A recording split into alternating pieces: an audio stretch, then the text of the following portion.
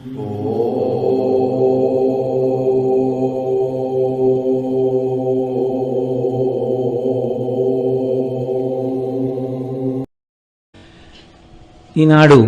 మీకు అరుణాచలం గురించి నేను కొన్ని మాటలు విజ్ఞాపన చేస్తాను అని చెప్పి ఉన్నాను. మనకి అష్టమూర్తి తత్వము అని శివతత్వంలో ఒక మాట చెప్తారు. భౌరంభాంశనలో నిలోంబర మహార్నాథో హిమాంసు పుమాన్ ఇత్యాభాతి చరాచరాత్మకమిదం యస్యైవ మూర్త్యష్టకం నాణ్యకించన విద్యతే విమృశతాం యస్మాత్ పరస్మాత్ విభో తస్మై శ్రీ గురుమూర్తయే నమగిదం శ్రీ దక్షిణామూర్తయే అని శంకర భగవత్పాదులు దక్షిణామూర్తి స్తోత్రంలో అంతటా ఉన్నటువంటి పరమేశ్వర చైతన్యాన్ని గుర్తించలేనప్పుడు సాకారోపాసన శివుని దేనియందు చూడవచ్చు అన్న దాని గురించి చెప్పారు. అందులోనే ఈ అష్టమూర్తి తత్వాన్ని చెప్తారు. కంచిలో పృథివీలింగం, జంబుకేశ్వరంలో జలలింగం, అరుణాచలంలో అగ్నిలింగం, చిదంబరంలో ఆకాశలింగం, శ్రీకాళహస్తిలో వాయులింగం, కోణార్కలో సూర్యలింగం, సీతాగుండంలో చంద్రలింగం, కాఠ్మండూలో యజమానలింగం. ఈ 8 అష్టమూర్తులు. ఈ 8 కూడా ఈశ్వరుడే. కాబట్టి నీ కంటితో చూసి ఉపాసన చెయ్యడానికి యోగ్యమైనటువంటి పరమశివ స్వరూపములు. ఇందులో మీకు కంచిలో ఉండేటటువంటి పృథివీలింగం మీకు తెలుసు. ఆ పృథివీలింగం కాంచీపురంలో ఉంది. కాంచీపురంలో ఒక గొప్ప విచిత్రం ఉందండి. కంచిలో 1000 పైచిలకు శివాలయాలు ఉన్నాయి. కానీ కంచి నగరం ఎక్కడ వరకు ఉందో ఆ పరిధిలో ఎక్కడ అమ్మవారు ఉండదు శివాలయంలో. అన్ని శివాలయాలకి కలిపి ఒక్కటే శక్తి కేంద్రం కామాక్షి అమ్మవారి దేవాలయం. ఆఖరికి మసీదులకు సంబంధించినటువంటి ఊరేగింపులు కూడా కంచిలో చిత్రం ఏమిటంటే అమ్మవారి గుడికే ప్రదక్షిణం చేస్తాయి. అన్ని దేవాలయాలకు సంబంధించిన ప్రదక్షిణలు అమ్మవారి గుడిని ప్రదక్షిణంగా పెడతాయి. అంత పవిత్రమైనటువంటి క్షేత్రం కంచి. అసలు ఆ మాటకొస్తే దక్షిణ భారతదేశంలో ఉన్న ఏకైక మోక్షపురి కంచి. ఎందుకంటే అయోధ్య, మధుర, మాయా, కాశీ, కాంచి, అవంతిక, పురి, ద్వారవతి చైవ సప్తైతే మోక్షదాయక. అందులో దక్షిణ భారతదేశంలో ఉన్నది కంచి ఒక్కటే. అక్కడ ఉన్నది పృథివీలింగం. అందుకే మల్లె నూనెతో అభిషేకం, అక్కడ నీటితో చెయ్యరు. రెండవది జంబుకేశ్వరంలో జలలింగం. ఆ శివలింగం దగ్గర జంబుకేశ్వరంలో ఎప్పుడూ నీళ్లు ఊరుతుంటాయి, కానీ ఆ నీటిని ఎవరి మీద ప్రోక్షించడం కానీ అది చెయ్యరు. కాబట్టి నీరు శివుడే అని చెప్పడానికి జలలింగమై ఉన్నాడు. మూడవది చిదంబరంలో ఆకాశలింగం. నేను తరచూ దీని గురించి మీకు చెప్తుంటాను. చిదంబరంలో ఉండేటటువంటి స్వామిని సాకారుడిగా చూడాలంటే కనకసభ అంటారు దాన్ని. అక్కడ నటరాజస్వామిగా చూడాలి. ఒకచో ఒక గమ్మత్తైన విషయం చెప్తారు. నటరాజస్వామి వారికి కాళికాదేవికి పోటీ జరిగింది. ఇద్దరిలో ఎవరు ఎక్కువ తాండవము చేయగలరు అంటే, స్త్రీ చేస్తే తాండవము అనరు, లాస్యము అంటారు. ఎవరు చేయగలరు దీన్ని? నాకు తెలిసినంత వరకు విశాఖపట్నంలో సంపత్ కుమార్ బృందం అని ఒకటి ఉండేది. మహానుభావుడు ఆంధ్రజాలరీ చేస్తుండేవారు ఆయన. నేను ఆ రోజుల్లో విశాఖపట్నంలో ఉద్యోగం చేసేవాడిని. ఇంటికి వచ్చేస్తూ సాంబమూర్తి కళామందిరంలో కూర్చుంటే నిజంగా ఆయన ఆ జాలరీ వేషంలో ఆ పడవ ఆ సముద్రంలో తెడ్డు వేస్తూ వెడుతున్న దృశ్యాన్ని చేసేవారు. అద్భుతం. మహానుభావుడు ఉమాసంపత్ అని ఆయన భార్య గారు ఉండేవారు. వాళ్ళిద్దరూ ఇది చేస్తుండేవారు. ఈ తాండవము, లాస్యము ప్రదోష వేళలో నిజంగా కైలాస పర్వతం మీద ఉన్నట్టు ఉండేది. అది చేసినప్పుడు శంకరుడు ఎలా నర్తిస్తే కాళిక అలా నర్తించింది. అసలు ఇద్దరిలో ఎవరు నటరాజని పిలవాలి అన్న విషయం తేలలేదు. ఈ స్థితికి వెళ్ళిపోయిన స్థితిలో శంకరుడు ఏం చేశాడంటే, ఇంకా అక్కడే పళ్ళెంలో ఉన్న కుంకుమనందు తన బొటనవేలిని ముంచి ఎత్తి కాళికాదేవి యొక్క లలాటమునందు బొట్టు పెట్టాడు అని ఒకచో నేను చదివిన విషయం మీకు ప్రస్తావన చేస్తున్నాను. కానీ స్త్రీ పురుషుడి ముందు అంత పైకి కాలెత్తి లలాటమును తాకదు కనుక సిగ్గుపడి కాళికాదేవి నిలబడిపోయింది. ఇప్పుడు నటరాజమూర్తిగా శంకరుడికి అభిషేకం చేశారు. నటరాజమూర్తి అంటే దాని స్థితి వేరు. అసలు సృష్టి స్థితి ప్రళయకర్తగా శివుడు ఉంటే దాన్ని నటరాజస్వామి అంటారు. ప్రతి కదలిక ఆయనదై ఉంటుంది. అటువంటి నటరాజస్వామిగా కనకసభలో ఉంటాడు. అదే స్వామి ఆకాశలింగంగా అంతరాలయంలో ఉంటాడు. ఆకాశలింగం అంటే మీరు చిదంబరం వెడితే మీ దగ్గర మారేడు దళాలతో ఉన్నటువంటి మాలలు తీసుకుంటారు, తీసుకెళ్ళి ఓ గోడ మీద వేస్తారు. వేస్తే పాపం కొంచెం తెలియని వాళ్ళు ఏం చేస్తారంటే శివలింగం ఎక్కడండి శివలింగం ఎక్కడండి అని ఇలా ఇలా చూస్తూ ఉంటారు. చూస్తుంటే ఆఖరికి వాళ్ళు ఇంకా పదండి అయిపోయింది పూజ అంటారు. అయిపోయింది పూజ అంటే అసలు శివలింగమే కనపడలేదు. ఇంత దూరం వచ్చిన వాళ్ళు బెంగెట్టుకుని అసలు శివలింగం ఏదండి అంటారు. అంటే వాళ్ళు ఇదే శివలింగం అని గోడ చూపిస్తారు. ఇదేమిటి ఇది శివలింగం ఏమిటి అనుకుని వెళ్ళిపోతే అక్కడ ఉన్న వాళ్ళు అంటారు అర్థం కాకపోతే అది చిదంబర రహస్యం అండి అంటారు. చిదంబర రహస్యం అంటే ఏమిటంటే ఆకాశము అంటే అంతటా వ్యాప్తి చెందినది. అంతటా ఉన్న శివుణ్ణి ఎక్కడున్నాడని మళ్ళీ ప్రత్యేకం మీరు చూపిస్తారు. అందుకని అక్కడ ఏం ఉండదు, గోడ ఉంటుంది, దానికే పూజ అంతే. అంతటా ఉన్నాడు, అది లోపల తెలుసుకుని పూజ చేయడం. కాబట్టి చిదంబరం ఆకాశలింగం, శ్రీకాళహస్తి వాయులింగం. మీకు తెలుసు అక్కడ 2 జ్యోతులు వెలుగుతుంటాయి ఎప్పుడు. మనకి సైన్స్లో ఏమిటంటే ఆక్సిజన్ లేకపోతే దీపం నిధనం అయిపోతుంది అని. అందుకని విదేశీయులకి ఎంతసేపు కూడా మనకి ఉన్నటువంటి ఆరాధనా విధానాన్ని వాళ్ళు హేతువుని చూడడానికి ప్రయత్నించేవారు. కాబట్టి విదేశీ పరిపాలనలో ఏం చేశారంటే శ్రీకాళహస్తిలోకి గాలి రాకుండా దేవాలయాన్ని మూసేశారు. ఆక్సిజన్ అయిపోతుంది కదా, అప్పుడు ఈ దీపాలు ఏమవుతాయో చూద్దామని. ఎన్ని రోజులైనా ఆ దీపాలు అలా వెలుగుతూనే ఉన్నాయి. గాలిలో ఆక్సిజన్ అయిపోయినట్టుగా అక్కడ ఉన్నటువంటి పరికరములు చూపిస్తున్నాయి, కానీ దీపాలు మాత్రం వెలుగుతున్నాయి. ఏ గాలి లేకపోయినా 2 దీపాలు గాలి కొట్టుకుంటున్నట్టు ఇలా కొట్టుకుంటుంటాయి ఇప్పటికీ. అలా వాయురూపుడైనటువంటి పరమాత్మ శివుడే అని చూపించడం కోసమే శ్రీకాళహస్తిలో వాయులింగం. అందుకే ప్రాణము ఉన్నది ప్రాణము పోయినది అంటే భవతి వీడున్నాడు అనడానికి ఏమిటి గుర్తు? ఊపిరి. ఆ ఊపిరి ఆగిపోయింది అనుకోండి, శవం వెళ్ళిపోయినాడు, అమంగళ స్వరూపం అయిపోయింది అంటున్నాం. అందుకే శ్రీకాళహస్తిలో శివలింగం పశ్చిమాన్ని తిరుగుతుంది. అక్కడ పశ్చిమాన్ని తిరిగితే గుర్తు ఏమిటంటే పశ్చిమం సూర్యాస్తమయం. శ్రీకాళహస్తి వెళ్ళి నమస్కారం చేసినటువంటి వాడికి ఆఖరి ఊపిరి నడుస్తుండగా ఈశ్వరుడే ఆ ఊపిరిని భగవత్ సంబంధమైన నామముగా మార్చి వీడు చిట్ట చివరి ఊపిరిలో ఈశ్వరనామం చెప్పాడు కాబట్టి వీడిని నా పాదాల దగ్గర పెట్టుకుంటున్నానని తాను తీసుకుంటాడు. కాబట్టి పశ్చిమానికి తిరిగి శ్రీకాళహస్తిలో ఉంటాడు. అంతర్లీనముగా అది మనకి జరిగే ప్రయోజనం అది వాయులింగం.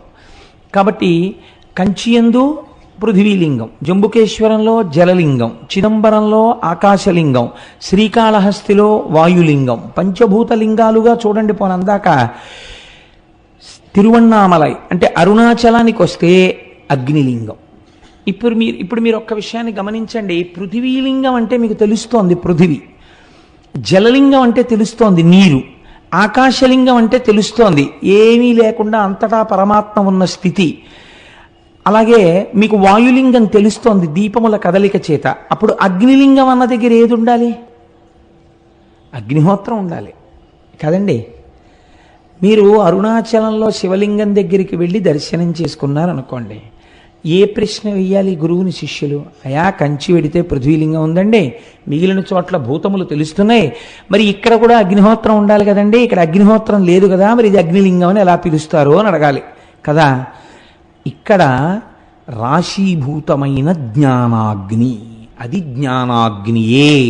అందుకే స్కాంద పురాణం అంది జీవి యొక్క ప్రయాణాన్ని, మనుష్య ప్రయాణం అనకండి, జీవుడు లోపల ఉన్న జీవుడు ఎన్ని దేశముల నుండి నే వచ్చినానో నిన్న విన్నారు కదా. ఇదేంటి? ఎందరో రోతల్లులెందరో తండ్రులెందరో తన వారులెందరో సుతులు, ఎంతమంది అయ్యారో ఇప్పటికీ. కాబట్టి ఈ జీవయాత్ర వెళ్ళిపోతూనే ఉంది. ఏ దేశమున నుండి ఈ చటకు వచ్చి తినో, ఏ అమెరికాలో పుట్టామో భోగదేశాల్లో, అదృష్టం కొద్దీ ఇప్పుడు కర్మభూమిలోకి వచ్చాం, పుణ్యభూమిలోకి.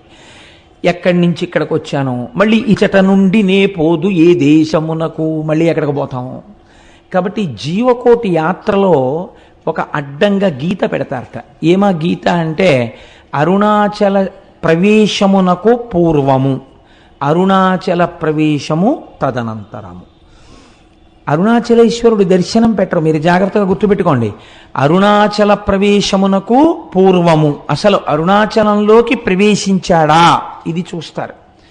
రెండవది అరుణాచల ప్రవేశమునకు తరువాత, అరుణాచలంలో ఒకసారి ప్రవేశిస్తే ఆ జీవి యొక్క జీవితం ఇంకొకలా ఉంటుంది, అక్కడి నుంచి గీత కొట్టి ఇంకోలా చూస్తారు.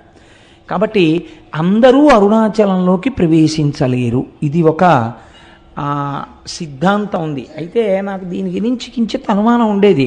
ఇది ఎప్పుడో ఉంటుంది కదా, ఇప్పుడు రైళ్ళు వచ్చేసాయి, బస్సులు వచ్చేసాయి, అనేకం వచ్చేసాయి, ఇప్పుడు కూడా అలా ప్రతిబంధకాలు ఉంటాయా అని నాకు అనుమానం ఉండేది. నేను మొట్టమొదటిసారి అరుణాచలం వెళ్ళినప్పుడు, ఈ సభలో ఎవరైనా ఉన్నారో లేరో నాతో వచ్చిన వాళ్ళు, శంకరం గారు ఉన్నారేంటే మీరు సాక్ష్యం అయితే, నాకు ఈ అనుమానం ఉండేది. చిత్రం ఏంటంటే, మేము చెన్నై నుంచి అరుణాచలం వెడుతుంటే వ్యాన్ బరస్ట్ అయిపోయింది. బరస్ట్ అయిపోతే దిగిపోయి కూర్చున్నాం. వాడు వెళ్ళి టైర్లు తెచ్చి మళ్ళీ టైర్లు మార్చాడు. మళ్ళీ కొంచెం దూరం వెళ్ళింది, మళ్ళీ బరస్ట్ అయిపోయింది. చీకటి పడిపోతోంది, రోడ్డు మీద నిలబడిపోయాం. మేము అరుణాచలంలోకి ప్రవేశించలేదు. అప్పుడు నాకు అర్థమైంది, ఎన్నున్నా అరుణాచల ప్రవేశానికి ఈశ్వరానుగ్రహమే కారణం కావాలి అని. అప్పుడు రోడ్డు మీద కూర్చుని భగవన్నామాలు చేశాం. చేసిన తర్వాత చిత్రం ఏంటంటే, ఇంకా ఆకుండా వ్యాన్లో అరుణాచలం వెళ్ళిపోయి. కాబట్టి అప్పటికీ ఇప్పటికీ అది సత్యమే. ఈశ్వరుడు మాకు వెంటనే వచ్చిన అనుమానాన్ని నివృత్తి చేసేసాడు. కాబట్టి అరుణాచలం అంత పరమపావనమైనటువంటి క్షేత్రం. అయితే ఏమంటే అది కేవలము జ్ఞానాగ్నియేనా? మరి పంచభూతములలో అగ్నికి అప్పుడు ఇంకొక లింగం ఉండాలి కదా అని మీకు అనిపించవచ్చు.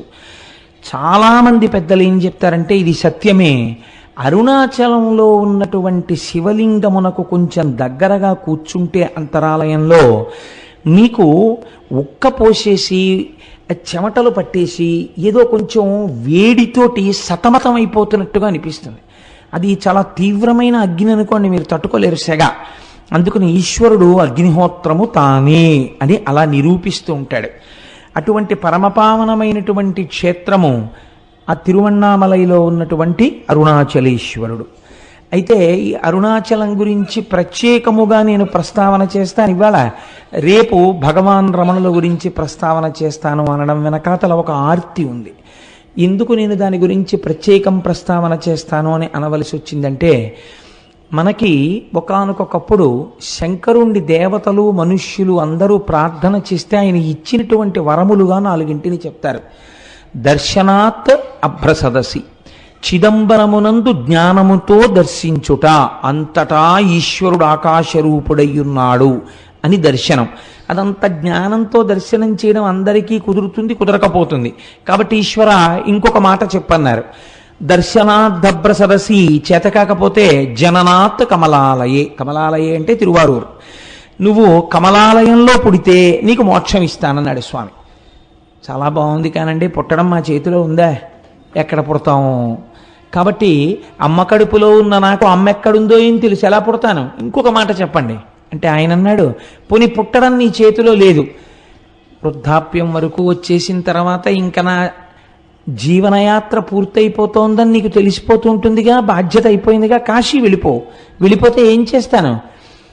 జననాత్ కమలాలయే కాశ్యాంతో మరణాన్ముక్తి, కాశీలో ప్రాణం వదిలిపెట్టేస్తే మోక్షం ఇచ్చేస్తాను. ఎలా ఇస్తాడో మొన్న మీరు విన్నారు కదా విశ్వేశ్వరలింగంలో, కాశ్యాంతు మరణాన్ముక్తి అంటే వాళ్ళన్నారు, ఈశ్వర ఏమో ఈ లోపల వచ్చేస్తే, లేదా మేము కాశీలో ఉండగా మోక్షం వచ్చేటట్టుగా కాశీకి వెళ్ళేంతగా కుటుంబాల్ని వదిలి వెళ్ళగలిగినంత దృఢచిత్తము కలియుగంలో మాకు ఎలా ఉంటుంది? ఈ అనుబంధాలతో వేసారిపోతూ. కాబట్టి అలా వెడతామని నమ్మకం లేదు. ఇంకొక మాట చెప్పండి అంటే స్వామి అన్నారు, ఇంకా ఇంతకన్నా సులభం ఉండదు, ఒక్క మాట చెప్తాను, చెయ్యగలరా? స్మరణాత్ అరుణాచలే, పైకి అనక్కర్లేదు. అరుణాచల శివ అరుణాచల శివ అరుణాచల శివ అరుణ శివ అని మీరు అనక్కర్లేదు. స్మరణాత్, స్మరణము మనస్సుకు సంబంధించినది. మీరిక్కడ అరుణాచల శివుడు అని ఒకసారి తలుచుకుంటే చాలు, పాపరాశి ధ్వంసం చేస్తాను. పోనీ అలా తలుచుకోగలవా? ఇది కూడా కుదరదన్నారు అనుకోండి, ఇంకా నేను మిమ్మల్ని ఉద్ధరించలేనని ఈశ్వరుడితో అనిపించుకోకూడదు కదా, అందుకని తప్పకుండా అన్నారు. స్మరణాత్ అరుణాచలే, కేవలము స్మరించినంత మాత్రం చేత పాపరాశిని ధ్వంసము చేయగలిగినటువంటి క్షేత్రము అరుణాచల క్షేత్రము. ఇక్కడ ఒక గమ్మత్తు ఉంది. మీకు భారతదేశం మొత్తం మీద ఎక్కడా లేనటువంటి రీతిలో అరుణాచలంలో పరమశివుడు 3గా కనపడుతూ ఉంటాడు అని పురాణం చెప్తుంది. 3గా, ఇందులో అరుణాచలం వెళ్ళిన వాళ్ళు చాలామంది ఉన్నారని నేను అనుకుంటున్నాను. నాకు తెలియడం కోసం, సంతోషించడం కోసం, అరుణాచలం వెళ్ళిన వాళ్ళు ఎంతమంది ఉన్నారో ఒక్కసారి చెయ్యెత్తండి సభలో. చాలామంది ఉన్నారండి వెళ్ళవలసిన వాళ్ళు. చాలా సంతోషం. ఈ మాట ఎప్పుడైనా ఈశ్వరుడు మనందరినీ కలిపి తీసుకెళ్ళుగాక అని సంకల్పం చేద్దాం. స్మరణాత్ అరుణాచలి. ఆ అరుణాచలం దాని గురించి శాస్త్రం ఒక మాట చెప్తుంది. అరుణాచల క్షేత్రమునందు శివుడు మూడుగా కనపడుతూ ఉంటాడు. అరుణాచలంలో ఒక పెద్ద పర్వతం ఉంది, దాని పేరే అరుణాచలము. అంటే అచలము అని కదండి, అచలం అంటే కొండ. ఒక పెద్ద కొండ ఉంది, దానికి ప్రదక్షిణం చేయాలంటే 14 కిలోమీటర్లు నడవాల్సి ఉంటుంది. ఆ కొండ శివుడే, కొండయే శివుడు అక్కడ. అందుకే మీరు చూస్తే ఒక చిత్రమైన బోర్డులు కనపడుతుంటాయి. Absorbed into the lotus feet of Arunachala అని ఉంటాయి. రమణాశ్రమంలో అక్కడే ప్రాణాలు విడిచిపెట్టేసిన వాళ్ళని సమాధులు చేస్తే అక్కడ బోర్డులు పెడతారు, వీళ్ళ పేరు ఇది, absorbed into the lotus feet of Arunachala అంటారు. అరుణాచల పాదములు అని పిలుస్తారు ఆ కొండ కింద ఉన్నటువంటి భాగాన్ని. ఆ కొండకి ప్రదక్షిణం చేస్తారు. ఈ కొండకి ప్రదక్షిణం చేస్తే అక్కడ మీరు నమ్మండి నమ్మపోండి, నాకు పరమ విశ్వాసముతో కూడుకున్న విషయం, ఎన్ని కోట్ల జన్మల పాపములో అక్కడ దగ్ధమవుతాయని. భగవాన్ రమణుల్ని ఎవరైనా చూడ్డానికి వెడితే అరుణాచలంలో ఆయన మొదట ఒక ప్రశ్న వేసేవారు, గిరి ప్రదక్షిణం చేశారా అని అడిగేవారు. వాళ్ళు మళ్ళీ ఓ గంట పోయాక కనపడేవారు, భగవాన్ మీరు చెప్పినట్టుగా గిరి ప్రదక్షిణానికి వెళ్ళొచ్చాం అనేవారు. ఎలా వెళ్ళారు అంటే ఆటోలో వెళ్ళామండి అనేవారు. ఏదో వయస్సు అయిపోతే వాళ్ళని నేను తప్పు పట్టట్లేదు, అయితే ప్రదక్షిణ పుణ్యం ఆటోదా మీదా అని అడుగుతుండేవారు ఆయన. కాబట్టి ఆ గిరి ప్రదక్షిణం అనేటటువంటిది మనం ప్రయత్నపూర్వకంగా చెయ్యాలి. అక్కడ చిత్రం ఏమిటంటే, మీరు ప్రదక్షిణం ప్రారంభం చెయ్యగానే సాధారణంగా రమణాశ్రమం దగ్గర నమస్కారం చేసి కొంచెం 4 అడుగులు వెయ్యగానే ఒక వినాయకుడి గుడి ఉంటుంది, అక్కడ నమస్కారం చేసి అరుణాచలానికి ప్రదక్షిణానికి బయలుదేరుతారు. బయలుదేరినప్పుడు మొట్టమొదట దక్షిణ దిక్కున కనపడేటటువంటి లింగం యమలింగం. దక్షిణ దిక్కున మరి యమధర్మరాజు కదండి, అందుకని యమప్రసాదాత్ ఆయుర్వర్ధనమశ్నుతే అని చెప్తాం మనం ఆశీర్వచనంలో. దక్షిణ దిక్కున ఉన్నటువంటి యమధర్మరాజు గారి యొక్క అనుగ్రహము చేత నీకు ఆయువు వృద్ధి ఎగుగాక. మీరు ఒక్కటి గుర్తుపెట్టుకోండి, అరుణాచలానికి అరుణ పర్వతానికి మీరు ఎన్ని మాటలు ప్రదక్షిణం చేసినా ఒక్క పర్వతానికి ప్రదక్షిణము చేయరాదు. అరుణాచలం పర్వతం చుట్టూ ఉన్న అన్ని ఆలయములను దర్శనము చేస్తూనే ప్రదక్షిణం చెయ్యాలి తప్ప వాటిని విడిచిపెట్టి ప్రదక్షిణం చెయ్యకూడదు. అలా ఎందుకు చెయ్యకూడదో నేను ఈ మధ్య ఉపన్యాసంలో ఒక రోజున చెప్పాను, చర్విత చరణంగా మళ్ళీ చెప్పవలసిన అవసరం లేదు. అయితే ఈ దక్షిణ దిక్కున ఉన్నటువంటి యమలింగానికి అరుణాచలంలో ఒక ప్రత్యేకత ఉన్నది అంటారు. ఏమా ప్రత్యేకత అంటే, ఎముకలు విరిగిపోయినటువంటి వాళ్ళు, ఎముకలు అరిగి బాధపడుతున్న వాళ్ళు అరుణాచలంలో యమలింగ దర్శనం చేస్తే ఆ ఎముకలు చాలా తొందరగా అంటుకుంటాయి.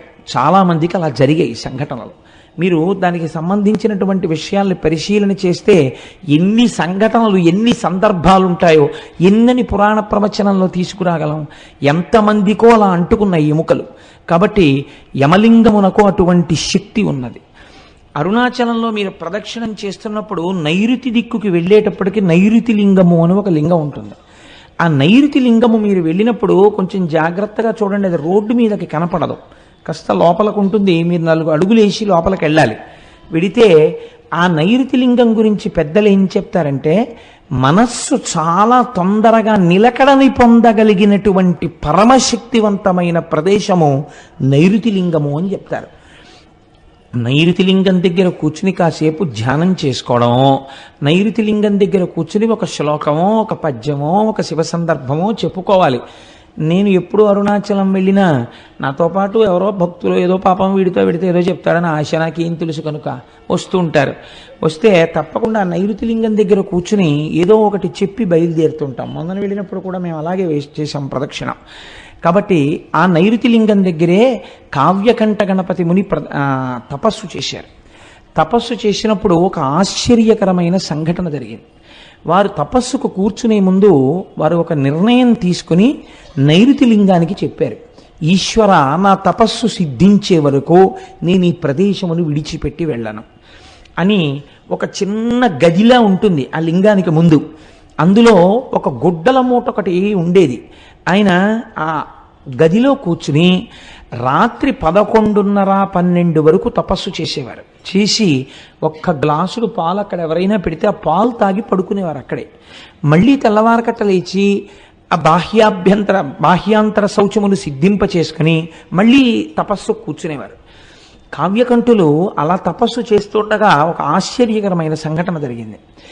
అరుణాచలేశ్వరుడి యొక్క రథం అరుణగిరికి ప్రదక్షిణంగా వెడుతోంది, దేవాలయానికి ప్రదక్షిణంగా వెడుతున్నప్పుడు ఒక అన్న సంతర్పణ చేసేటటువంటి ఒక సత్రవుకి ఒక వేద పాఠశాలకి మధ్యలో పరమ నునుపైన నేల మీద ఆ రథం ఆగిపోయింది. అలా 9 రోజులు వెళ్ళాలి ఆ రథం. అది 6వ రోజున ఆగిపోయింది. ఆగిపోతే రాత్రి 12 గంటల వరకు తోశారు. తిరువణ్ణామలైలో ఉన్న జనాభా అందరూ పట్టుకులాగారు రథాన్ని. అంగుళం కూడా రథం కదలలేదు. ఏం చెయ్యాలో అర్థం కాలేదు. లాగి అర్చకులు కూడా విసిగిపోయి ఎన్ని క్షమార్పణలు చెప్పాలో అన్ని చెప్పారు. కదల్లా రథం మీద మూర్తులను అలాగే వదిలిపెట్టేసి ఒక 10 మందిని కాపలా పెట్టి రేపటి రోజు ఉదయం వచ్చి మళ్ళీ రథం లాగుతాం స్వామి, మమ్మల్ని మన్నించు అని చెప్పి ఎవరిళ్ళక వాళ్ళు వెళ్ళిపోయారు అర్చకులు కూడా. ఇది యథార్థముగా కావ్యకంఠ గణపతి ముని అంటే ఈ మధ్య వారి జీవితంలో జరిగిన సంఘటన. రాత్రి 12 గంటలకి కావ్యకంఠ గణపతి ముని పడుకున్నారు. పడుకుంటే అరుణాచలేశ్వరుడికి అర్చకత్వం చేసే ప్రధాన అర్చకుడు ఆయనకి స్వప్నంలో దర్శనమిచ్చాడు. ఇచ్చి ఈశ్వరాజ్ఞ చేత రథం ఆగిపోయింది, ఈశ్వరుడు ఏం కోరుకుంటున్నాడంటే మీ యొక్క తపస్సుని లోకమునకు తెలియచెయ్యాలనుకుంటున్నాడు, మీ వాక్కు యొక్క ప్రామాణ్యము తెలియచెయ్యాలనుకుంటున్నాడు. అది అసలు రహస్యం. కనుక మీరు వచ్చి చెయ్యేస్తే తప్ప అరుణాచలేశ్వరుడి రథము నడవదు. కాబట్టి ఉత్తర క్షణం మీరు గుడి విడిచిపెట్టి రండి అని వినపడింది. వినపడితే ఆయన గభాలన లేచి ఇది స్వప్నంలా అనిపించట్లేదు, యథార్థంగా జరిగినట్టుందని చూస్తే చిమ్మ చీకటి. ఏం చెయ్యాలి అని ఆలోచించి ఇది నిజమేనా అని ఆయన ఆలోచిస్తున్నారు. 2 చెవులలోకి మాటలు వినపడ్డాయి, ఇది యథార్థము, నువ్వు వెంటనే బయలుదేరి రథం దగ్గరికి వెళ్ళు అని. ఆయన వెంటనే గుడి తలుపులు వెయ్యడం కూడా మరిచిపోయి, రాత్రిళ్ళు తలుపులు వేస్తారు కానీ మీకు శివలింగ దర్శనం అవుతూ ఉంటుంది అరుణాచలంలో, తలుపులు దగ్గరకి వేసి ఆయన గబగబా ఆ తేరు ఆగిపోయిన ప్రదేశానికి వెళ్ళారు. వెడితే రథం అక్కడ నిలబడిపోయింది, చుట్టూ 10 మంది ఉన్నారు. వెంటనే ఈయన స్వామికి సాష్టాంగ నమస్కారం చేసి, ఈశ్వరా మీరు నన్ను అనుగ్రహించారు, కానీ ఇప్పుడు 10 మంది కాపలాదారులు మాత్రమే ఉన్నారు. ఇప్పుడు ఒకవేళ రథం కదిలినా ఆలయం లోపలికి వెళ్ళడం కష్టం. రేపు తెల్లవారుజామున నేను వచ్చి రథాన్ని మీద చెయ్యి వేస్తాను, కదిపేది మీరే, నా శక్తి కాదు, నన్ను అనుగ్రహిస్తారు అని చెప్పి మళ్ళీ వెళ్ళిపోయారు గుడికి. పడుకున్నారు.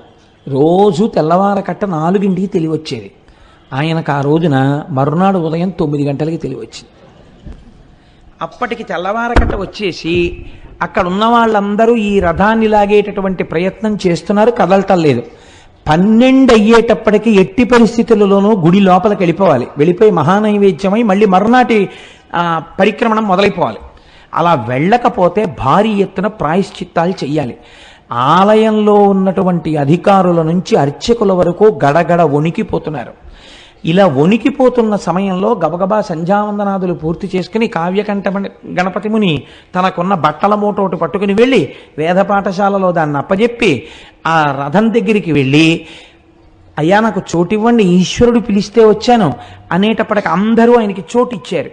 ఆయన 2 మోకుల మధ్యలోకి వెళ్ళి సాష్టాంగ నమస్కారం చేసి, అరుణాచలేశ్వర నువ్వు పిలిస్తే నేను వచ్చాను, నువ్వు చెప్పిన మాట నిలబెట్టు అని కుడి చెయ్యి వేసి, ఇలా ఉంటారు కావ్యకంఠ గణపతి ముని, కుడి చెయ్యి వేసి ఇలా అన్నారు. అంతే.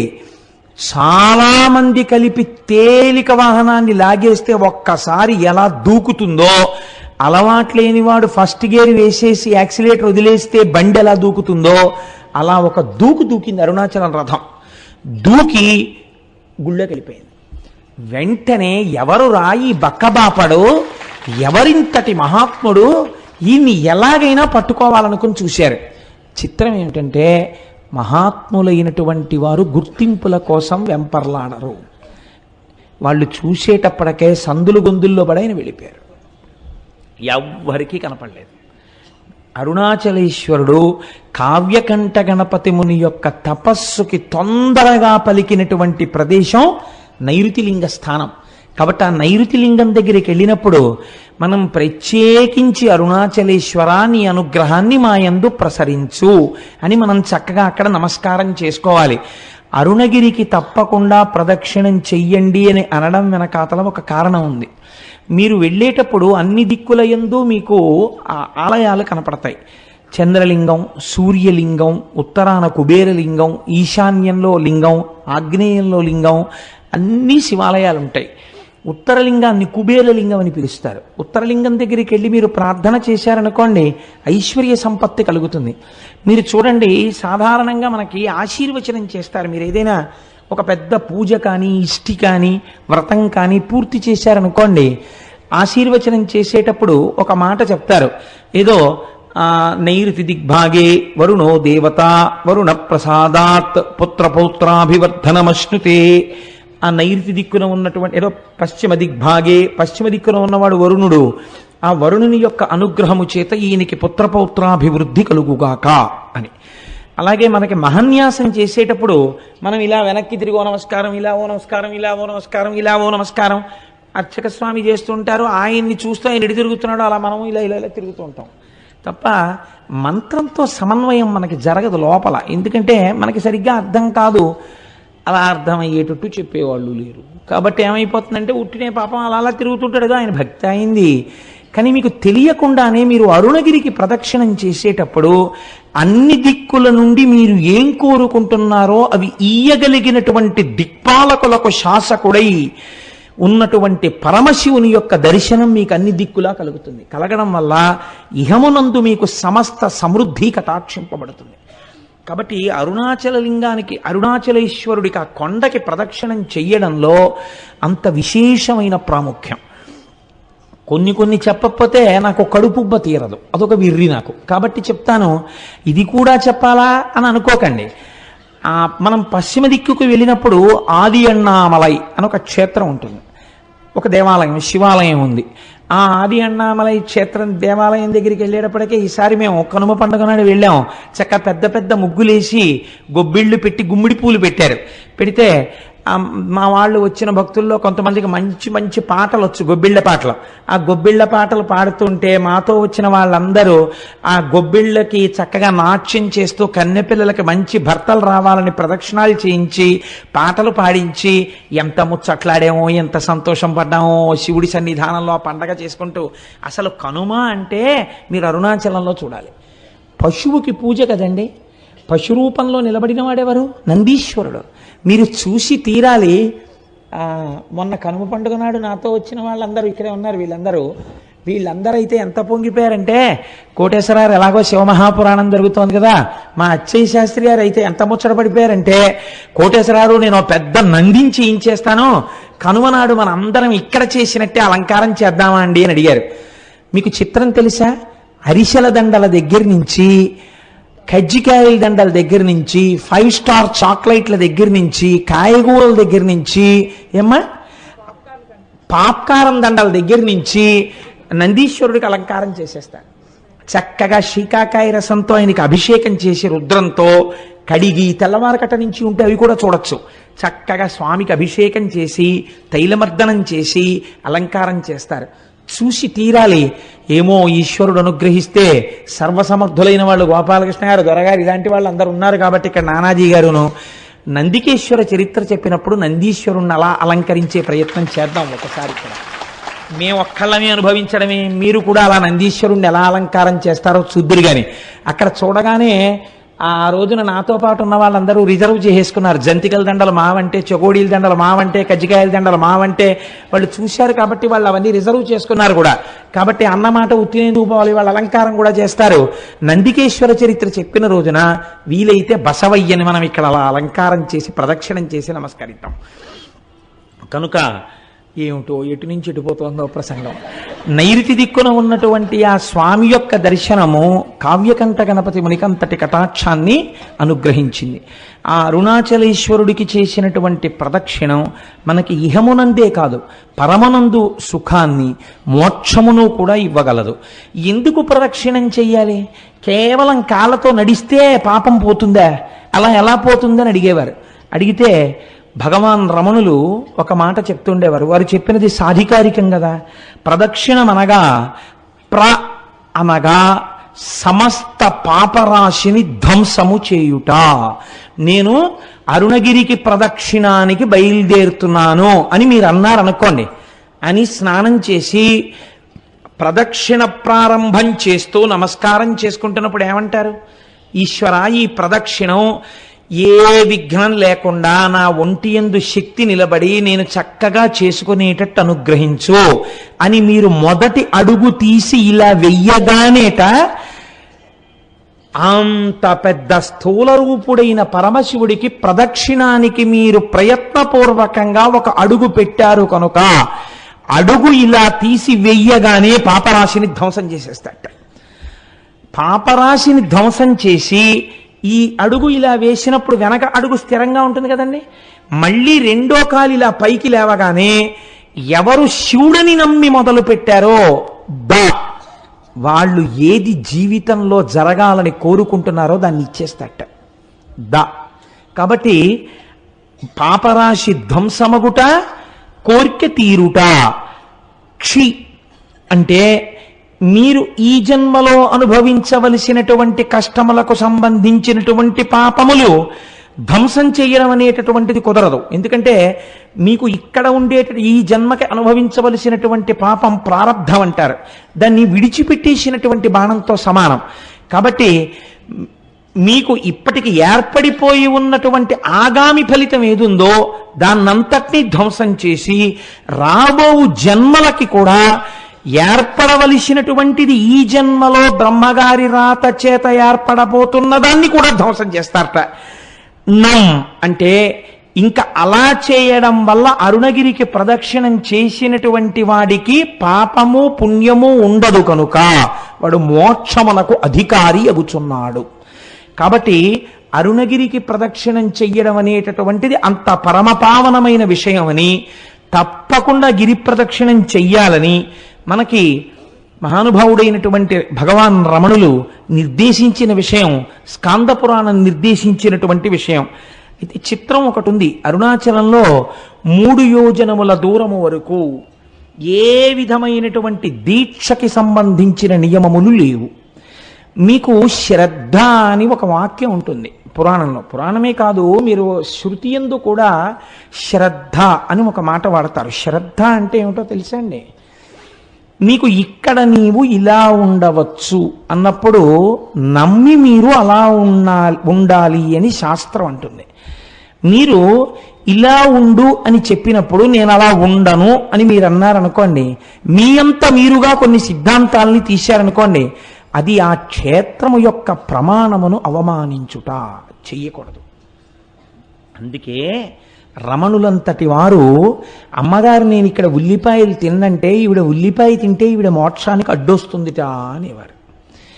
3 యోజనముల దూరంలో అక్కడ ఏ విధమైనటువంటి దీక్షా నియమములు లేవు. ఇది ఎంతవరకు నిరూపణమైందో తెలుసా అండి? భగవాన్ రమణులు ఒక తెల్లటి గోచి మాత్రమే పెట్టుకునేవారు. వారు గోచి పెట్టుకుని స్కందాశ్రమంలో ఉండగా ఒకానొకప్పుడు శృంగేరి పీఠం నుంచి కొంతమంది పండితులు వచ్చి అయ్యా మీరు ఆ వివాహం లేదు, మీకు సంసారం లేదు, మీరు సన్యాసి యొక్క జీవితాన్నే గడుపుతున్నారు, కాబట్టి మీరు కనీసంలో కనీసం పోనీ కాషాయాంబరములను ధరించకపోయినా పెట్టుకున్నటువంటి గోచి తెల్లది కాకుండా కాషాయం రంగు గోచి పెట్టుకుంటే బాగుంటుంది. అందుకే జ్ఞానముతో నిండినటువంటి వారు కాబట్టే సన్యాసి శరీరాన్ని విడిచిపెడితే ఇక దహనం చేయరు. అది జ్ఞానాగ్నితో కూడిన శరీరం కాబట్టి భూస్థాపితం చేస్తారు. కాబట్టి ఇప్పుడు మీరు కాషాయముతో ఉన్న గోచి పెట్టుకోండి అని అడిగారు. అడిగితే భగవాన్ నవ్వి అన్నారు, అలా కాదు, ఈ అరుణాచలం కొండకి 3 యోజనముల వరకు ఏ దీక్షకు సంబంధించిన నియమము లేదు, కాబట్టి తెల్లటి గోచి పెట్టుకున్నా దోషం లేదు అన్నారు. అంటే వాళ్ళు అన్నారు, మీరు అలా కాదు, కొంచెం ఆలోచించండి, మీరు నడుపుతున్న జీవితానికి తెల్లటి గోచి పెట్టుకోవడం అంత బాగులేదు, కాషాయం గోచి పెట్టుకుంటే బాగుంటుంది అని వారు భోజనానికి కిందకి దిగి వెళ్ళిపోయారు. ఎక్కడ నుంచి వచ్చాడో ఒక పరమ వృద్ధుడు ఒక ఆయన ఒక పుస్తకాల మూట మోసుకొచ్చాడు, రమణుల దగ్గర పెట్టాడు. నేను ఇప్పుడే స్నానం చేసి వస్తాను, ఈ పుస్తకాల మూట చూస్తుండు అని చెప్పి వెళ్ళిపోయాడు. శృంగగిరి నుంచి వచ్చినటువంటి పండితులు కిందకి వెళ్ళి స్నానం చేసి భోజనం చేసి మళ్ళీ కొండ మీదకి వచ్చారు రమణుల దగ్గరికి. వచ్చేటప్పటికి పుస్తకాల మూట అక్కడుంది, పైనున్న పుస్తకం ఎగురుతోంది. ఎగురుతున్న పేజీ దగ్గర ఏమిటి పుస్తకాలు అని వాళ్ళు ఇలా పేజీ మీద చెయ్యి వేసి చూశారు. చూస్తే దాని అనువాద పద్యాన్ని మీకు నేను వినిపిస్తున్నాను. అందులో ఉంది, యోజనంబులు మూడయ్యొప్పు నిచట వాసమొనరించు వారగు వరనరులకు ఉండకుందను దీక్షాదులొకటి అయిన ఆశరహిత మత్సాయుజ్య ప్రాప్తి సిద్ధ ఈశుడగు నాయాజ్ఞచే నెలమిమీరా. ఇది ఈశ్వరాజ్ఞ. ఇక్కడ దీక్షా నియమములు ఏమీ లేవు. ఇక్కడ కొండకి 3 యోజనముల పరిధిలో ఎటువంటి దీక్షలో లేకపోయినా ఈ కొండ యొక్క అగ్ని ప్రసరణము చేత వారు మోక్షమునకు అధికారులగుచున్నారు. కాబట్టి వాళ్ళది చూసి తెల్లబోయి, ఇప్పటికిప్పుడు ఈ పుస్తకం ఎక్కడి నుంచి వచ్చిందంటే రమణులు అన్నారు, ఏమో ఎవరో వృద్ధులు తెచ్చి అక్కడ పెట్టారు, వారు మీలాగే స్నానం చేసి వస్తానని వెళ్ళారన్నారు. ఆ వృద్ధుడు తిరిగి రాలేదు. కానీ ఈ పద్యాన్ని చూసినటువంటి పెద్దలు మాత్రం రమణులు తెల్లటి గోచి పెట్టుకోవడం వెనకాతల పరమసత్యం ఉంది అని తిరిగి వెళ్ళిపోయారు. అలా నిరూపించినటువంటిది ఆ అరుణగిరికి ఉన్నటువంటి గొప్పతనాన్ని నిరూపించిన సంఘటన అక్కడ జరిగింది. మీరు అరుణాచల క్షేత్రంలో స్వామి దర్శనానికి వెడితే సాధారణంగా తూర్పు గోపురంలోంచి ప్రవేశిస్తాం. తూర్పు గోపురాన్ని శ్రీకృష్ణదేవరాయలు నిర్మాణం చేశారు. మనకి ఎక్కడికి వెళ్ళండి శ్రీకృష్ణదేవరాయల యొక్క ప్రమేయం లేనటువంటి క్షేత్రం ఉండదు. మీరు తెలిసి కానీ తెలియక కానీ వెడితే, మనకి నేను మొన్న గుంటూరు ప్రసంగాలకు వెళ్ళినప్పుడు వారు నన్ను ఒక క్షేత్రానికి తీసుకెళ్లారు. అది గుడికి అన్ని మూలలా సుబ్రహ్మణ్యుడు ఉన్నాడు. నేను చాలా ఆశ్చర్యపోయాను. కృష్ణదేవరాయల వారు అక్కడికి వచ్చి పూజ చేసి వెళ్ళిన తరువాత ఆయనకి కొడుకు పుట్టాడు, భార్య గర్భిణి అయింది అని తెలిసి ఆయన క్షేత్రానికి గోపురాలు అవి కట్టారు. అలాగే ఆ మహానుభావుడు ఆయన తూర్పున గోపురాన్ని కట్టారు.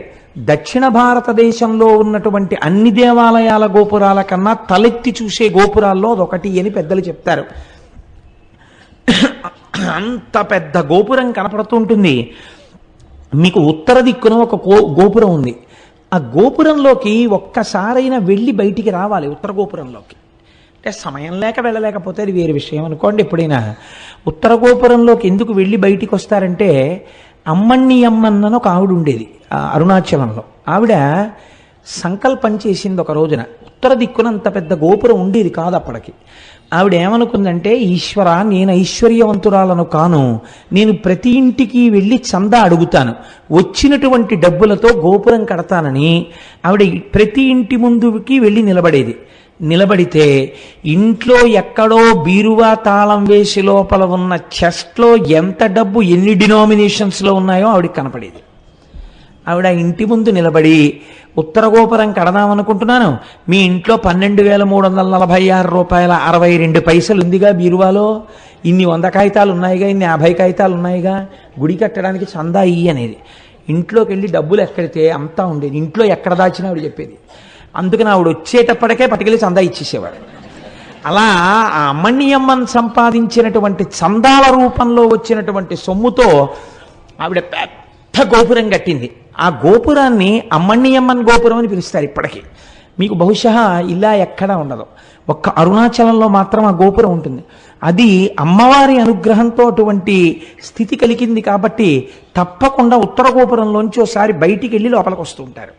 సరే, మీకు ఈ అరుణాచలం దేవాలయంలోకి ప్రవేశించగానే ఒక సుబ్రహ్మణ్యేశ్వర స్వామి వారి యొక్క దేవాలయం కనపడుతుంది. అందులో మనందరం వెళ్ళి దర్శనం చేసుకున్నాం కదండి, వెడుతూనే వెళ్ళాం. ఆ సుబ్రహ్మణ్యేశ్వర స్వామి వారి దేవాలయం ఒక చిత్రమైనటువంటి దేవాలయం. ఎందుచేత అంటే, అరుణగిరినాథుడు అని ఒక మహాభక్తుడు ఒక ఆయన ఉండేవాడు ఆ తిరువణ్ణామలైలో. ఆ అరుణగిరినాథరు ఒకానొకప్పుడు చాలా దోషభూయిష్టమైన జీవితాన్ని గడిపాడు అని ఆయన జీవిత చరిత్ర చెప్తోంది. ఎందుచేత అంటే, తల్లిదండ్రులు చనిపోతూ అక్క చెల్లెలకు అప్పచెప్పారు. కానీ ఆవిడ ఎంత కష్టపడి పెంచినా ఈయన మాత్రం దోషభూయిష్టమైనటువంటి నడువడితో ఉండేవాడు. ఆవిడ ఒకసారి నిలదీస్తే తన చరిత్ర గురించి తనకే అసహ్యం వేసి చచ్చిపోతానని ఆయన వెళ్ళి అరుణాచలంలో ఉన్నటువంటి ఒక సుబ్రహ్మణ్యేశ్వర స్వామి వారి గోపురం ఎక్కి ఆ గోపురం మించి కిందకి దూకాడు. కిందకి దూకితే సుబ్రహ్మణ్యేశ్వర స్వామి వారు తన రెండు చేతులతో పట్టుకున్నారు. సుబ్రహ్మణ్యేశ్వర స్వామి వారి యొక్క స్పర్శ కలగడం చేత ఆయన మహాకవి అయిపోయాడు. అరుణగిరినాథర్ అన్న పేరుతో సుబ్రహ్మణ్యుడి మీద ఎన్నో తమిళానికి సంబంధించినటువంటి పత్రికల్ని రచించాడు. అలా రచిస్తే ఆ దేశపు రాజు ప్రౌఢదేవరాయలు అని ఉండేవారు. ఆయన చాలా సంతోషించి తన ఆస్థానంలో ఒక జైనుడు ప్రధానంగా ఉండేవాడు కవిగా. ఆయన్ని సంబంధం అనబడే ఆయన్ని తీసేసి ఈయన్ని ఆస్థాన కవిగా తీసుకున్నాడు. ఈయన పరమభక్తుడై రోజు సుబ్రహ్మణ్యేశ్వర స్వామి వారి దర్శనం చేసి అర్చన చేస్తుండేవాడు. ఈ రాజు ఒక రోజున కోరిక కోరాడు, నాకు సుబ్రహ్మణ్య దర్శనం చేయిస్తావా అని. ఈయన అన్నారు, అరుణగిరినాథర్, సుబ్రహ్మణ్య దర్శనం చేయిస్తాను, కానీ ఆయన తేజస్సుని చూస్తే నీ కళ్ళు మాడిపోతాయి, చూడలేవు అన్నారు. మాడిపోయినా పర్వాలేదు, ఒక్కసారి నాకు ఆయన్ని చూడాలనుంది అన్నాడు. అయితే రా చూపిస్తానన్నారు. సుబ్రహ్మణ్యుడి దేవాలయంలోకి తీసుకెళ్ళి ప్రార్థన చేశారు. ఒక స్తంభంలోంచి సుబ్రహ్మణ్యేశ్వర స్వామి వారి యొక్క మూర్తి దర్శనమైంది. ఇప్పటికీ సుబ్రహ్మణ్యేశ్వర స్వామి ఉత్సవాలన్నీ అక్కడ దీపం పెట్టే ప్రారంభిస్తారు. అమ్మవారికి గాజులు తొడిగే ఉత్సవం కూడా ఆ స్తంభం దగ్గరే చేస్తారు. ఆ స్తంభంలోంచి స్వామి కనపడగానే ప్రౌఢదేవరాయలు చూశాడు, కానీ రెండు కళ్ళు మాడిపోయాయి. అప్పుడు మళ్ళీ అరుణగిరినాథర్ ప్రార్థన చేశాడు సుబ్రహ్మణ్యుణ్ణి, రాజుకి కళ్ళిమ్మని. మళ్ళీ ప్రౌఢదేవరాయల వారికి కళ్ళొచ్చాయి. రాయలవారు ఈయన పట్ల ఎంతో ప్రేమ పెంచుకుని జీవితం గడుపుతున్నాడు. ఇది నచ్చలేదు సంబంధానికి. ఈయనకి పరకాయ ప్రవేశం అలవాటు ఉండేది అరుణగిరినాథర్కి. ఈయన ప్రతిరోజు వచ్చి రహస్యంగా ఒక మూల తన శరీరాన్ని వదిలిపెట్టి ఒక చిలుకలోకి ప్రవేశించి దూరంగా వెళ్ళి పారిజాత పుష్పాలు తెచ్చి సుబ్రహ్మణ్యేశ్వర స్వామికి ఆరాధన చేసేవారు. సంబంధంకి ఈ విషయం తెలిసింది, శరీరాన్ని విడిచిపెట్టి చిలుకలోకి దూరి వెడుతుంటాడు అని. ఒక రోజున ఈయన చిలుకలోకి వెళ్ళగానే ఈయన శరీరాన్ని కాల్చేశాడు. కాల్చేస్తే ఇంకా ఆయన చిలుక రూపంలో ఉండిపోయాడు. ఇప్పటికీ కిలిగోపురం అని పిలుస్తారు. చిలక రూపంలో ఉంటారు ఆ కిలిగోపురం మీద ఉండి. ఇప్పటికీ ఆయన సుబ్రహ్మణ్యేశ్వర స్వామి వారి మీద పాటలు పాడతారు అని జగత్ప్రసిద్ధి. కాబట్టి అరుణాచలం ఒక గొప్ప సుబ్రహ్మణ్య క్షేత్రం. రమణ మహర్షి కూడా సుబ్రహ్మణ్యేశ్వర స్వామి వారి అవతారమే అని పెద్దలు భావన చేస్తారు. కాబట్టి మనం అటువంటి క్షేత్రాన్ని చూసి కుడివైపుకి వెడితే పాతాళలింగము అని ఒక లింగం ఉంటుంది. అక్కడ మెట్లు దిగి లోపలికి వెడితే, ఇప్పుడు రమణుల యొక్క సమయంలో ఆయన శిష్యురాలు ఒక ఆవిడ ₹1,00,000 పెట్టి ఆ ఆలయాన్ని మళ్ళీ పునర్నిర్మాణం చేశారు. అక్కడ ఒక యోగి యొక్క సమాధి ఉన్నది. ఆ సమాధి మీదనే పాతాళలింగం ఉంటుంది. దాని వెనకాతల ఒకప్పుడు జనసంచారం ఉండేది కాదుట. అక్కడ కూర్చుని రమణ మహర్షి తపస్సు చేస్తుంటే ఆయన తొడల కింద తేళ్లు జెర్రిలు చేరి కొరికేస్తే నెత్తురు కారిపోయి అట్టలు కట్టేసింది. అప్పుడే శేషాద్రి స్వామి వారు, ఇందులో ఒక బ్రాహ్మణ స్వామి ఉన్నాడు, పైకి తీసుకురమ్మని తీసుకుని వస్తే వాహనశాల వెనకాతల కూర్చుని ఆయన మళ్ళీ తపస్సు చేశారు. తర్వాత ఆ క్షేత్రమునకు సంబంధించిన వృక్షం ఆలయానికి మీరు కొంచెం దక్షిణంగా వెడితే కనపడుతుంది, ఇప్ప చెట్టు. ఆ ఇప్ప చెట్టు కింద కూర్చుని కొన్నాళ్ళు తపస్సు చేశారు. కాబట్టి అటువంటి పరమపావనమైనటువంటి క్షేత్రము, అటువంటి పరమపావనమైన పాతాళ శివలింగం ఉన్నటువంటి గుడి. ఇది దాటగానే మీకు ఒక పెద్ద నంది కనపడుతుంది. అది మొదటి నంది అంటారు. ఆ నందిని చూసే మనం అందరం మొదటే పరవశించిపోయింది. ఆ మొదటి నందిని దాటి మీరు ప్రాకారంలోకి వెళ్ళినట్టయితే ఎదురుకుండా అరుణాచలేశ్వరుడు యొక్క దేవాలయం కనపడుతుంది. మూడో ప్రాకారం దాటగానే అరుణాచలేశ్వరుడు యొక్క శివలింగము చాలా పెద్ద శివలింగముగానే ఉంటుంది. చిత్రం ఏమిటంటే, రమణులకు చాలా భక్తులైనటువంటి వారు కొంతమంది అరుణాచలేశ్వర దర్శనం చేసుకోవడానికి గుళ్ళోకి వెళ్ళినప్పుడు శివలింగము యొక్క స్థానములో గొంతుకు కూర్చున్నటువంటి రమణుల యొక్క దర్శనమైంది చాలామందికి. ఆయనకి అభేదమైనటువంటి స్థితిని చేరుకున్నారు. కాబట్టి అటువంటి అరుణగిరీశ్వరుడు, అయ్యవారికి ఇటువే పక్కన అపీత కుచాంబ అన్న పేరుతో పార్వతీదేవి ఉంటుంది. సుబ్రహ్మణ్యేశ్వర స్వామి వారికి పాలివ్వడం కూడా మానేసి ఒకానొకనాడు కైలాస పర్వతం మీద కూర్చున్నటువంటి పరమశివుడి యొక్క కన్నులు వెనక నుంచొచ్చి పరిహాసానికి మూసిన కారణం చేత లోకమంతా చీకటి అలుముకుంటే, ఎదరా రాక్షస సంహారం అవన్నీ వస్తాయి, అప్పుడు దాని వివరాలు పూర్తిగా విందురుగాని, లోకమంతా చీకటి అలుముకుంటే తద్దోష పరిహారార్థమని అమ్మవారు తపస్సు చేసి పచ్చయ్యమ్మన్న పేరుతో ఆ అరుణగిరి యందు వెలసి ఈశాన్యలింగానికి వెళ్ళేటప్పుడు బస్ స్టాండ్కి వచ్చే రెండో వైపు రోడ్లోకి వస్తున్నప్పుడు పచ్చయ్యమ్మన్ గుడి కనబడుతుంది. అక్కడ ఆ అమ్మవారు లక్ష్మీదేవితో సరస్వతీదేవితో ఇంద్రాణితో ఇతరులతో కలిసి ప్రదక్షిణం చేస్తున్నప్పుడు పశ్చిమ దిక్కుకి వచ్చేసరికి పరమశివుడు తన వామార్ధ భాగములోనికి అమ్మవారిని సుబ్రహ్మణ్యుడికి పాలివ్వడం కూడా మాని నా కోసమని వచ్చిన దానివి కాబట్టి నిన్ను అపితకుచాంబ అని పిలుస్తున్నాను అని ఆ పేరుతో అమ్మవారిని తన శరీరార్థ భాగమునందు స్వీకరించాడు. కాబట్టి అమ్మవారు ఆ పేరుతో అర్చన చేయబడుతుంటుంది. అక్కడ చిత్రం ఏమిటో తెలుసా అండి? కావ్యకంఠ గణపతి ముని ఉమాసహస్రం చెయ్యాలనుకున్నారు. ఉమాసహస్ర రచనకి ముందు ఆయన మొట్టమొదట అరుణాచల ప్రవేశం జరగగానే ఆయనతో వచ్చినటువంటి తమ్ముడు ఒకడున్నాడు. వాడు అన్నయ్యని పట్టుకుని పీక్కు తినేశాడు. రే అన్నయ్య ఆకలేసేస్తోంది, అన్నయ్య ఆకలేసేస్తోంది అని. ఆ రోజు ఏకాదశి తిథి. ఆయన అమ్మవారి గుడికి వెళ్ళారు. కావ్యకంఠ గణపతి ముని అపీతకుచాంబ అమ్మవారి మూర్తి ముందు నిలబడగానే అమ్మవారికి అలంకారం చేయబడినటువంటి పూలన్నీ జల జల జల జల కిందకి రాలిపోయాయి. అమ్మవారి అనుగ్రహం ఏదో నాకు కలిగింది, ఇక్కడే నేను ఏదో మహత్తరమైనటువంటి విషయం నా చేత అమ్మ చేయించబోతోంది అని గణపతి ముని అనుకున్నారు. అప్పటికి వారికి తెలియదు ఏం చెయ్యబోతున్నారు. ఆ తరువాతనే వారు అరుణాచలం గుడిని దర్శనం చేసుకుని బయటికి వెడితే చీకటి పడిపోయింది. అప్పుడు గణపతి నవరాత్రులు జరుగుతున్నాయి. ఏకాదశి తిథి. ఆయన బ్రాహ్మణ వీధిలోకి వెళ్ళి, అమ్మా తమ్ముడు ఆకలితో ఉన్నాడు, ఏ ఇంటిలోనైనా ఇంత అన్నం పెట్టండి అమ్మా ఆకలేస్తోందని అడిగితే ఏ ఇంటిలోనూ అన్నం లేదు. ఆఖరికి పోని సద్దన్నం ఉన్నా పెట్టండి అమ్మా అని అడిగారు. ఆయన సద్దన్నం కూడా లేదు అన్నారు. ఇదేమిటి ఇలా తయారైంది అనుకుంటూ ఆయన బాధతో నడుస్తున్నారు, ఏదో శ్లోకం పైకి చదువుకుంటూ. అరుగు మీద పడుకున్నటువంటి ఒక వృద్ధ బ్రాహ్మణుడు లేచి, ఆగు, మా ఆవిడికి ఒక విచిత్రమైన అలవాటు ఉంది. అందరూ ఏకాదశి నాడు ఉపవాసం చేసి ద్వాదశి నాడు పారణ చేస్తే మా ఆవిడ ఏకాదశి నాడు రాత్రి బ్రాహ్మణులకు భోజనం పెట్టుకుని తింటుంది. కాబట్టి బ్రాహ్మణులు దొరక్క చూస్తున్నాను, రా మా ఆవిడ నీకు భోజనం పెడుతుందని లోపలికి తీసుకెళ్లారు. తీసుకెడితే వారు తడిబట్ట కట్టుకుని బట్ట పిండుకుని తడిబట్ట కట్టుకుని మడిబట్ట కోసం లోపలికి వచ్చేటప్పటికి ముగ్గులు వేసి తులసి చెట్టు దగ్గర దీపాలు వెలిగించి ఒక తల్లి మెరిసిపోతూ విజయవాడ కనకదుర్గమ్మలా ఇంత బొట్టు పెట్టుకుని ఎర్రటి చేతులతో షడ్రశోపేతమైన భోజనం పెడితే ఏకాదశని కూడా చూడకుండా ఆ తల్లి యొక్క ఆ వ్రతానికి నేను ఉపయోగపడ్డాను అంతే చాలని మహానుభావుడు కావ్యకంఠ గణపతి ముని తమ్ముడు కడుపు నిండా తిన్న తర్వాత ఆవిడ ఇద్దరికీ తాంబూలం ఇచ్చి, ఇంత రాత్రి ఎక్కడికి పోతారో అరుగు మీద పడుకోండి అంది.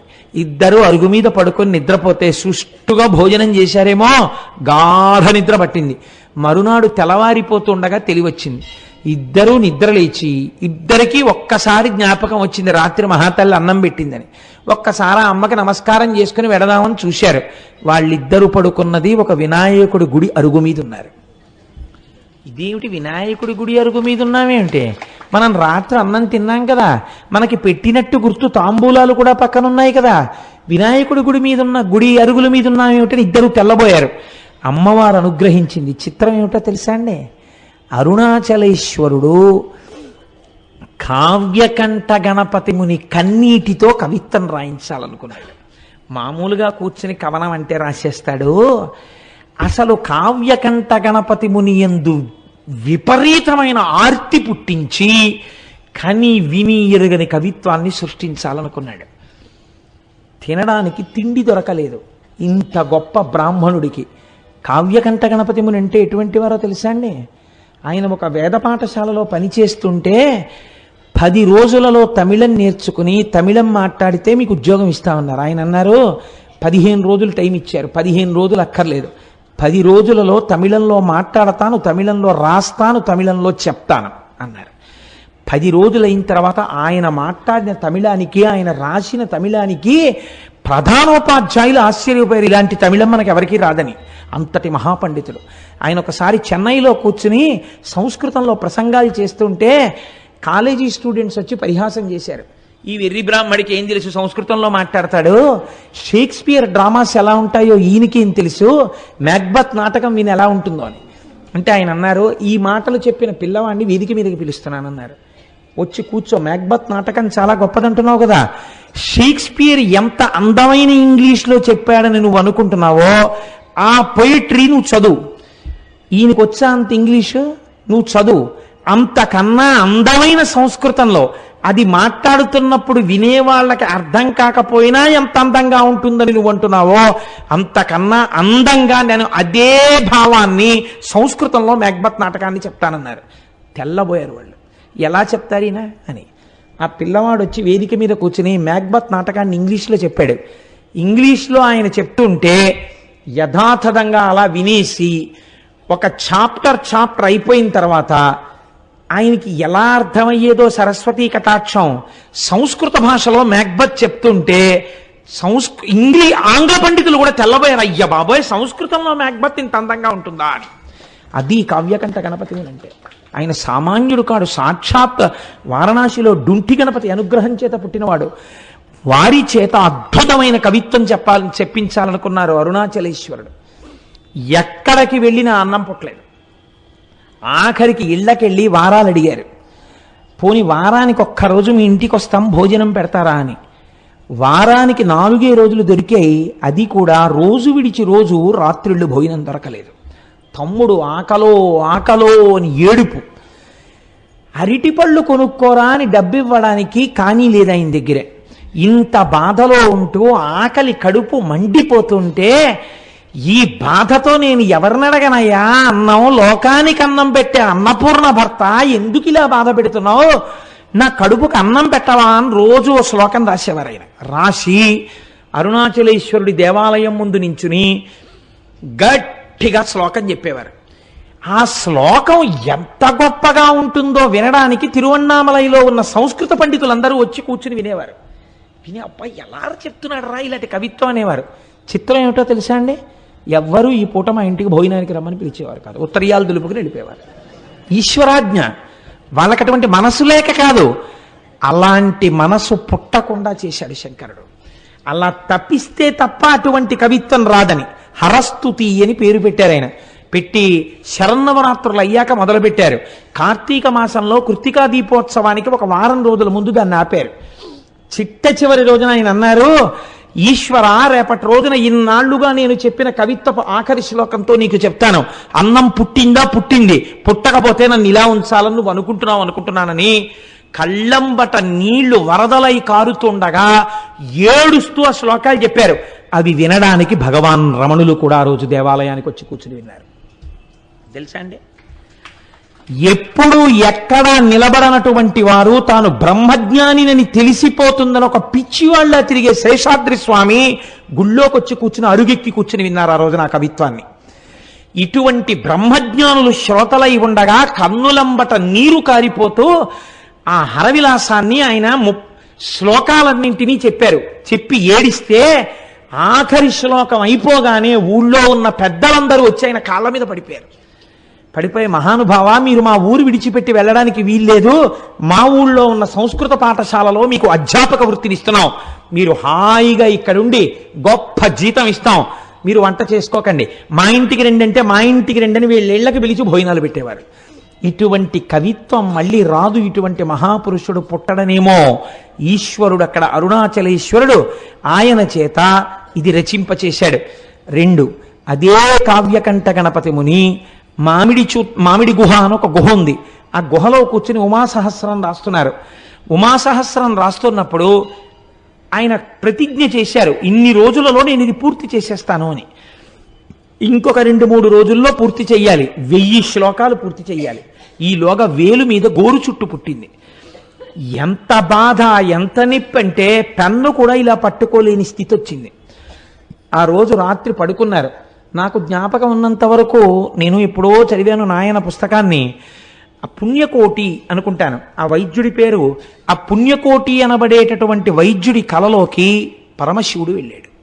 ఓరి నువ్వు పడుకోవడం కాదు, నీ పేరుకు తగిన వాడవు కా, అదిగో అక్కడ అరుణాచలంలో చూత గుహలో ఒక మహానుభావుడు ఉమాసహస్రం రచిద్దామని కూర్చున్నాడు. వేలు మీద గోరు చుట్టు పుట్టింది, శస్త్రచికిత్స చేసి ఆయనకి స్వస్థత కలిగించని చెప్పాడు. వెతుక్కుంటూ డాక్టర్ గారు ఆపరేషన్ ఎక్విప్మెంట్ అంతా పట్టుకుని కొండెక్కాడు. ఎక్కితే అక్కడ కావ్యకంఠ గణపతి ముని కనపడ్డారు గోరు చుట్టుతో. ఆ గోరు చుట్టు ఆపరేట్ చేశారు. ఇవాళ రాత్రి 12 గంటలకి పూర్తవ్వాలి ఉమాసహస్రం. రాత్రి 9 ఎంతో అయింది. భగవాన్ రమణులు వచ్చి గుహలో ఒక అరుగు మీద పడుకున్నారు. మొదలు పెడితే కవనం వెళ్ళిందండి ఆయనకి 1000 శ్లోకాల ఉమాసహస్రం. ఖచ్చితంగా 12 గంటలు అవడానికి కొద్ది నిమిషాల ముందు ఉమాసహస్రం పూర్తయిపోయింది. ఆశువుగా పూర్తయిపోయిన తర్వాత రమణ మహర్షి లేచారు. లేచి రాసుకున్నావా చెప్పిందంతా అన్నారు. ఆయనే అరుణాచలేశ్వరుడై ఈయన చేత పలికించారు. మీరే పలికించారని గణపతి ముని నిర్ధారించారు. అటువంటి అద్భుతమైన సంఘటనలకు ఆలవాలము అరుణాచలము. మనం ఇవాళ చదువుకుంటున్నటువంటి వాటిల్లో చాలా భాగాలు అరుణాచలేశ్వరుడు, అపీత కుచాంబ వాళ్ళిద్దరి అనుగ్రహంగా వెలగించబడ్డవే. ఆ సుబ్రహ్మణ్యేశ్వర స్వామి వారి యొక్క అనుగ్రహంగా వెలగించబడ్డవే.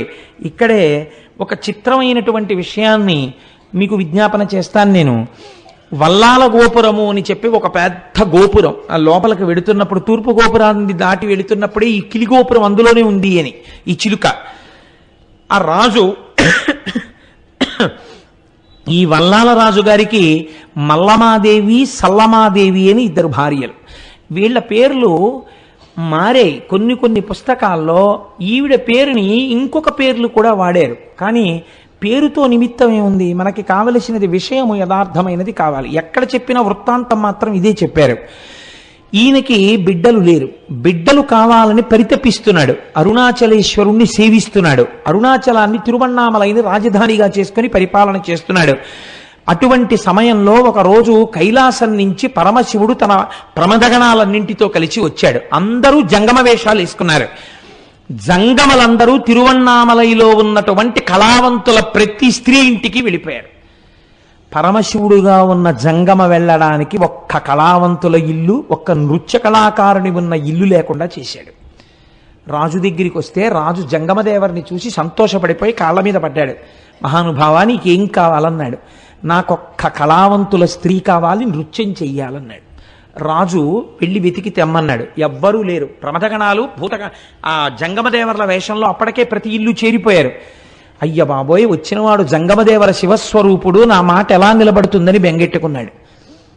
ఆయన 2వ భార్య సల్లమాదేవి అంది, మీరు బెంగ పెట్టుకోకండి, మీ మాట నిజం చేస్తాను, నేనే వెళ్ళి ఆ జంగమ ముందు నాట్యం చేస్తానంది. రాజు వెళ్ళమన్నాడు. జంగమ నిద్రపోతున్నాడు. ఈవిడ వెళ్ళేటప్పటికి ఆవిడ నేను నీ దగ్గర నాట్యం చెయ్యడానికి వచ్చాను అని తాకి లేపింది. ఇలా ముట్టుకోగానే ఒక పసిపిల్లవాడై ఆ తల్పం మీద ఏడ్చాడు శంకరుడు. ఆ పిల్లవాడిని చేతులతో పట్టుకుని మనకి బిడ్డలు లేనటువంటి బాధని ఈశ్వరుడు తీర్చాడు, మహారాజా ఈ పిల్లవాడిని స్వీకరించండి అని చేతిలో పెట్టింది. చేతిలో ఆ పిల్లవాడిని ఇలా పట్టుకుంది. ఇలా పట్టుకునేటప్పటికి ఆ పిల్లవాడు అంతర్ధానం అయిపోయాడు. అంతర్ధానమై శంకరుడిగా ప్రత్యక్షమై నాకు నా శరీరము పడిపోయిన తరువాత తదనంతరము కర్మ చెయ్యడానికి కొడుకు లేడని బెంగ పెట్టుకుని నన్ను ఉపాసన చేశావు కనుక నీకు ప్రతి సంవత్సరం నీ శరీరము పడిపోయిన తరువాత నీకు తద్దినాన్ని నేనే పెడతాను అని ప్రతిజ్ఞ చేశాడు. మీకు చిత్రం ఏమిటో తెలుసా అండి? మాఘమాసంలోనే ఆయన తిథి వస్తుంది, వల్లాలరాజు గారి తిథి. వచ్చిన రోజు తెల్లవారుజామునే గుడి తలుపులు తెరిచి అర్చకులు వెళ్ళి చెప్తారు, ఇవాళ మీ తండ్రి గారైనటువంటి వల్లాలరాజు గారు శరీరాన్ని విడిచిపెట్టినటువంటి తిథి. ఆయన కుమారుడవైన అరుణాచలేశ్వర నీవివాళ తద్దినం పెట్టాలి అని చెప్తారు. చెప్పి స్వామివారు అమ్మవారు పల్లకి ఎక్కి తద్దినం పెట్టడం కోసమని పల్లికొండ పట్టు అనబడేటటువంటి ఆయన శరీరం అంత్యేష్టి జరిగినటువంటి ప్రదేశానికి పల్లకి వెడుతుంది. వెళ్ళి పీటల మీద అరుణాచలేశ్వరుడు అపీత కుచాంబ కూర్చుని తద్దిన కార్యాన్నంతటినీ వీళ్లే పెడతారు. వీళ్లే పెట్టి స్నానం చేసి మళ్ళీ గుళ్ళోకి ప్రవేశించొచ్చి కూర్చుంటాడు. ఇప్పటికిట 600 సంవత్సరాలైందిట. 600 సంవత్సరాలుగా వల్లాల మహారాజు గారికి తద్దినం అరుణాచలేశ్వరుడే పెడుతున్నాడు. ఎంతటి కారుణ్యమూర్తో చూడండి. ఎక్కడైనా విన్నామా మనం ఇటువంటి సంఘటన? ఇది అరుణాచలం అంటే. అరుణాచలం వెళ్ళి అడగని వాడిది పాపం తప్ప, అరుణాచలం వెళ్ళినటువంటి వాడికి, అరుణాచలం వెళ్ళి ప్రార్థించిన వాడికి ఇక్కడండి చాలా మంది సిద్ధ పురుషులు ఈ కొండల్లో తపస్సు చేస్తూ ఉంటారు. వాళ్ళు ఒక్కొక్కసారి రాత్రి వేళ కొండ దిగుతారు అన్నారు. నేను లోపల అనుకున్నాను, నిజంగా అలా సిద్ధపురుషులు వస్తుంటారా అనుకున్నాను. ఒక ఆయన అప్పుడే అంత డొంకల్లోంచి వస్తున్నారు. వస్తుంటే ఈయన గభాలను ఆపి వస్తున్నారా అని ఆయనతో ఏదో మాట్లాడారు. నేను తెల్లబోయిన సన్నివేశం మీకు చెప్తున్నాను. గోళ్ళు ఇలా తిరిగిపోయి ఉన్నాయి. అంటే ఎన్నేళ్ల నుంచి జరుగుతోందో ఆ తపస్సు అయింది. ఆయన బహుశా మాకు దర్శనం ఇవ్వడానికే కిందకొచ్చి ఉండి ఉండవచ్చు. మీకు నేను ఒక పరమ సత్యాన్ని ఇవాళ చెప్తున్నాను, మీరు నన్ను నమ్మండి, నేను అబద్ధం చెప్పట్లేదు. ఆయన నన్ను అడిగారు, పక్కకి తీసుకెళ్లి గిరి ప్రదక్షిణం చేస్తుంటే మీకు రమణులంటే ఎందుకు ఇంత ఇష్టం అని అడిగారు. అడిగితే ఏదో పుస్తకాల్లో చదువుకున్న 4 మాటలు తప్ప నాకేం తెలుసు కనుక ఆ రమణులు అంతటి వారండి, రమణులు ఇంతటి వారండి, నేను చదువుకున్నవేవో చెప్పా. ఆయన అన్నారు, మీరు చెప్పినట్టు రమణుడు గొప్పవాడు కాడు, రమణుడు దొంగ, రమణుడు స్వార్థపరుడు. లేకపోతే రమణుడి కోసం కొన్ని వేల మంది వచ్చారు అరుణాచలం. ఎవరికి ఇచ్చాడు మోక్షం? వాళ్ళ అమ్మగారికి ఇచ్చాడు.